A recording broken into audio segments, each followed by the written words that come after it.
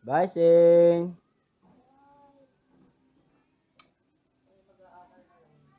Nag-aaral na lang siya.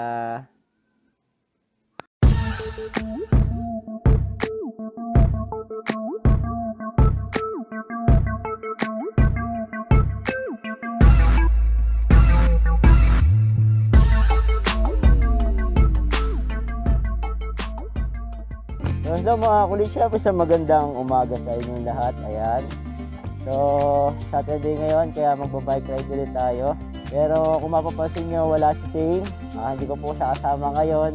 So ride po tayo ngayon dahil medyo hindi maganda yung gising, nagpapapilit pa na sumama sa ride. So gusto kasi namin ituro sa kanya na pag sinabi niyang ayaw niya, hindi pwede o ayaw. Yung pipilitin namin siya, At ayun nga, iniwan ko ngayon siya sa bahay. At habang papaalis ako, ayun, nakaupo dun sa upuan. Gusto naman niyang sumama. Actually, gusto niya talagang sumama kasi lagi naman talaga kami nag-ride. Kaya lang, minsan nga, ayun, papilit. Kunyari ayaw, pipilitin pa. Kaya, ayun, iniwan na lang natin dun sa bahay. Warm up muna ulit ako dito sa phase 2. At ang gamit natin today is itong Tosik Brando natin, So lagi kasing gamit natin yung Paxter natin. So gumamit naman tayo nitong Brando natin na 29er. So iba rin talaga pagka yung 29er yung gamit natin. Saka hanggang ngayon, ayan, okay na okay pa rin tong kanyang shock absorber na nirepair natin, nirepack natin. Suwabing-suwabe pa din. Sarap din siyang ipa-jack, guys. Na-review na naman natin tong Tosik natin. Talagang wala rin ako masabi sa performance nito. So iba lang din talaga yung Paxter kasi 3x yun eh. So marami kang choices sa gearing niya, unlike dito sa Brando natin. So at ayun din pala, yung handlebar kasi nito mas wide kaysa dun sa Paxter natin, Mas iba yung handling nito, mas nakabuka yung kamay natin. And then, gamit ko ngayon yung long sleeve ko na dry fit. So, lagi kasi tayong naka-armband na Rock Bros. Ngayon, iba naman itong gamit ko. Kasama tayong biker. Pauwi niya sila, ako pa. Pasimula pa lang. Medyo nakakapanibago lang, guys, Kasi wala tayong kasama ngayon, Mas enjoy ako pag kasama ko si Shane. Kahit na minsan medyo makulit, iba yung may riding partner ka eh. Kahit na paano hindi ka nakaiinip.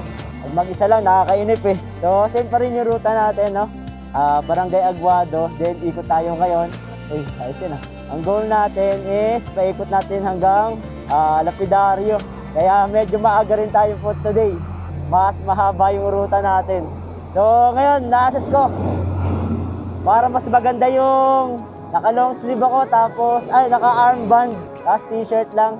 Mainit sa katawan tong long sleeve ko eh. Yan, sa last week, dyan tayo lumabas, So, gaya na nasabi ko, guys, medyo nakakainit. Wala tayong kasama. Tapos, ayun, parang pakiramdam ko, bilis ko mapagod. Siguro dahil mas mabilis yung pacing natin, mabilis yung padjak natin, Hindi katulad pagkasama natin si Shane, medyo siyempre nag-aalalay-alalay tayo, mabagal-bagal tayo ng konti. Kaya nga pala, guys, baka itong Brando natin hanggang ngayon na lang natin magamit, kasi may nabili na nito. Huling gamit na rin natin dito siguro. Kung mabibili siya bukas. So medyo nag-aalangan pa nga ako kung pagbebenta ko, Kasi nga, sobrang smooth itong gamitin. Tapos hindi ko naman siya mabenta ng mataas na halaga kasi mga old na version na to kasi. Pero kung sa smooth, naku po, good as nito. Kaya medyo nakakahinayang din niya ibenta sa napakamurang halaga. Siyempre, nirepair pa natin to, kinondisyon. So wala na siyang gas-gas, naayos ko na yung fork. Ayan, tapos malinis na. Walang kalawang. Kaya lang dahil tatlo na yung bike natin, ayun, mabawas tayo ng bike. Nakapalang gulong, halos lahat bago. Lahat bago pa. Ayan, lakas preno. Hydraulic. Kaya naisip ko din na minsan upgrade ko na lang. Tatang ko ng airport. So, naisip ko nga na i-swap yung ibang parts ng Rosta natin dito. Kaya ilagay. para ano na to, upgraded. Kaya lang, naisip ko na din naman na wala pa naman dapat halos palitan dito sa parts nito. So lahat ng parts nito, swabe pa. Kaya kakahinayang din naman na palitan kung hindi pa naman dapat palitan. Kaya lang, yun nga, yung Crosta natin, hindi rin mabenta. Kasi kumbaga sa build niya, although upgraded siya, yung Crosta yung medyo nakakapagpababa ng value eh. So, budget bike lang kasi yung frame niya. Kaya sana nga mailipat natin dito. Kaya lang yung puhunan natin yun, nakatingga yung puhunan natin. Hindi katulad na mabenta natin, mapapalago natin yung puhunan. Kaya lang yun nga, kung mabura naman siya mabenta, lugi pa tayo. Ang pinaka-konsuelo na lang natin, yung gamit. Yung gamit lang ang konsuelo natin. O, kita nyo naman, no? Smooth ang takbo natin. So, try ko kayong ilibot guys dun sa pinupuntahan namin. Medyo mahaba-haba naman ang oras ko para makapag-bike. So, yun, dito muna tayo. Ito yung pinupuntahan namin.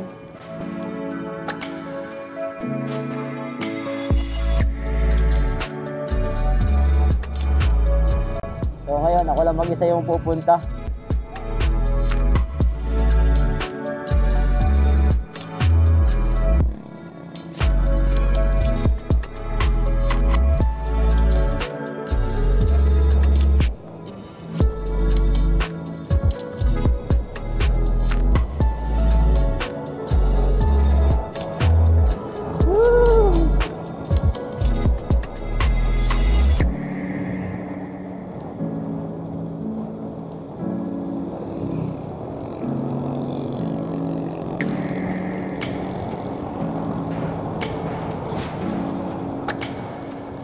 Ito lang yung mga hindi natin nagagawa pagkasama si Zane eh. Yung mabilis na takbo.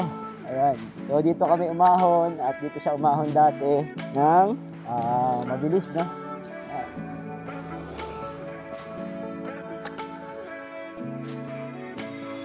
Ayan. Nilibot na rin namin yun sa bandang kaliwa na yun. Nakapuntahan na namin sa kanan.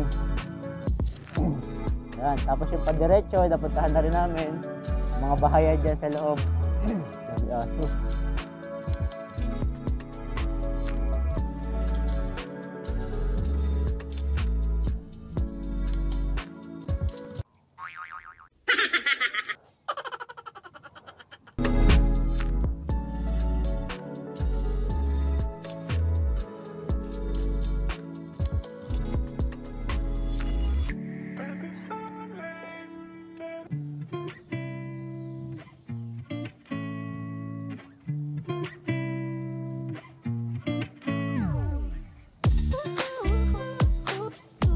Yung mga pagigay, dami aso.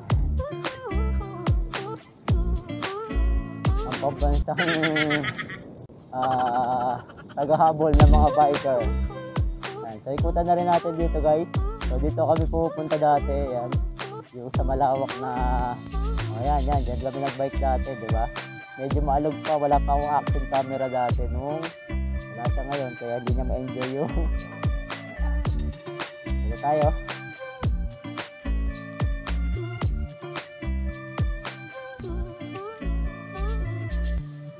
So, hindi na tayo dumiretso doon sa Alikabok, no? Madudumihan pa yung bike natin, eh. So, diretso na tayo dito sa hindi natin makalampas yung mga motor. Wala tayong kasabay. So, yung pagdiretso, yan, napuntahan na rin namin. Medyo paahon din. Hindi na lang natin siya pupuntahan.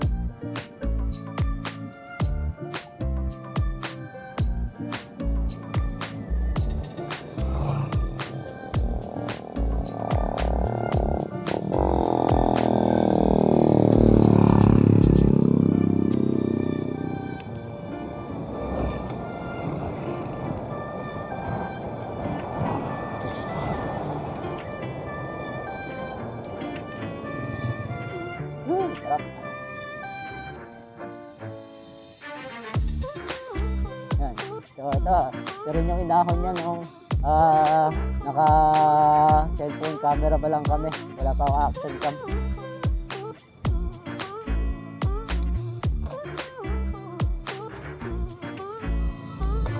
So ramdam ko ngayon yung sakit ng hita ni Shane, no? Pag umaahon na ganito. Kasi yung sa akin, naka 9 gear na kasi ako, no? Tapos hirap pa ako makiat. Eh siya, naka 1 by 1 lang yun. Wala siyang selection ng gear. No? Although bata pa yun. Siyempre, oh. Tigas na nung ahon nun, pero umahon pa din.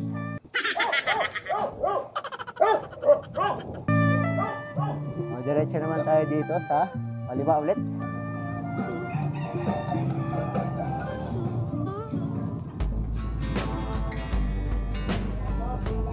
Yung gusto ko puntahan guys, parang may tulay. Ayan yung barangay hall ng Luis Aguado. Ito din yung nilusong niya guys, oh.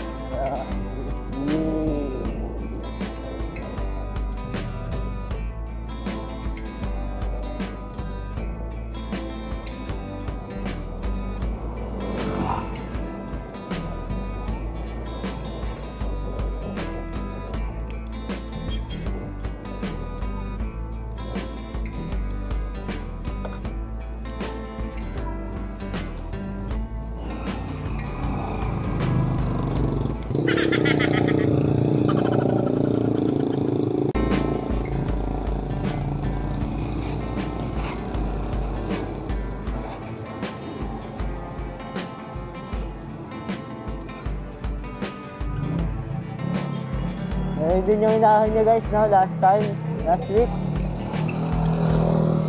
Yan, yun ang inahon niya. Tapos, yan, kumanan kami dyan. Paikot, tapos labas namin yung sa may Regina.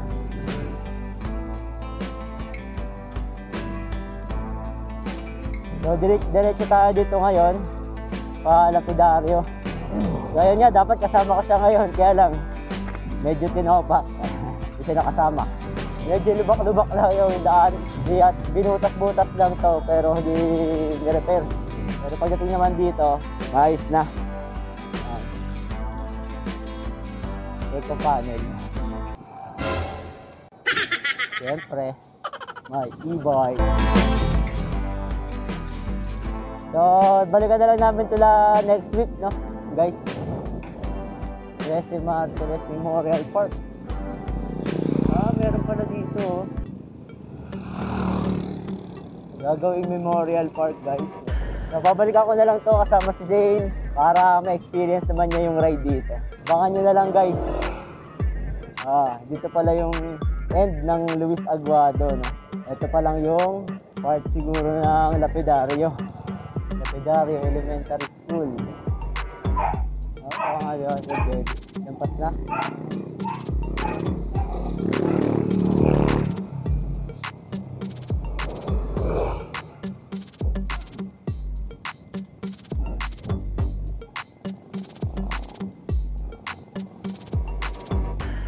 Mega wide. Suwabe talaga.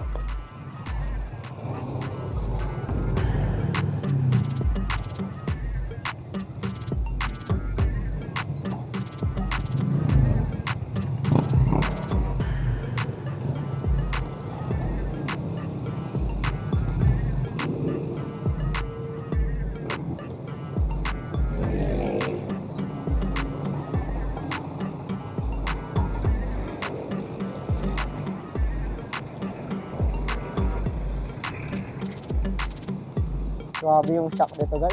So dito tayo sa Barangay Lapidario, no? At ito yung sa may Forest Park Hospital. Yan. At meron kaming e-bike charging station. Yan, libre. By Tres Martires City. So taga dyan sa Forest Park yung tinulungan natin, no?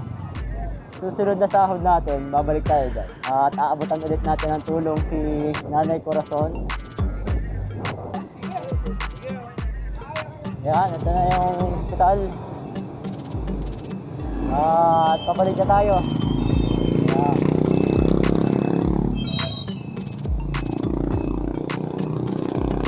So first time natin magbabike dito sa part ng Lapidario to Inocencio, no? Pabalik din sa subdivision. Wala pa tayong tigil. Ito sana yung dadaanan namin ni Shane. Ito sana yung dadaanan namin ni Shane kung natuloy kaming dalawa. Trece Martires City College. Ayan. Amore International School at Amore College. Boy, Mang Boy Lugawan. Ayan na, tapat na sa division namin. Malapit ko na ma-finish ang aming ruta. Ang aking ruta lang pala. Dahil ako lang mag-isa. At eto na nga mga boys. Ayun, natapos na natin. Nakaikot na tayo.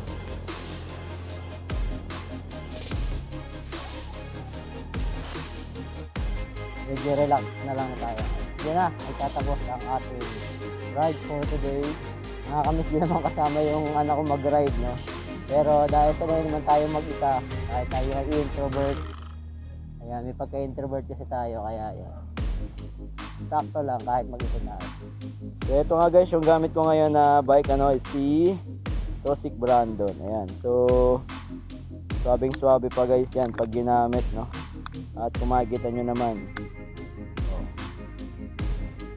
makinis na makinis. Makinis na makinis. Almost brand new yan. Almost new. Ayan. Kita nyo naman sa frame mo, walang gas-gas-gas yan. Walang gas-gas. Ayan, makinis lahat. Walang kalawang, walang bulok. Kaya nakakapanghinayang na ibenta. So yun nga guys, bala ko i-upgrade ko na lang siya, no, kaysa benta natin. Lipat natin yung ibang part ng crosta natin dito. Kaya lang yun nga, gusto ko kong laspagin muna siya bago i-upgrade eh. Kaya kasi yung mga parts ito, all original, all stock, pero ayos na ayos pa. Kahit yung bottom bracket ito, walang kakalug-kalug eh. Kaya sayang. So isang ikot na lang siguro muna ulit tayo, no, para maarawan tayo.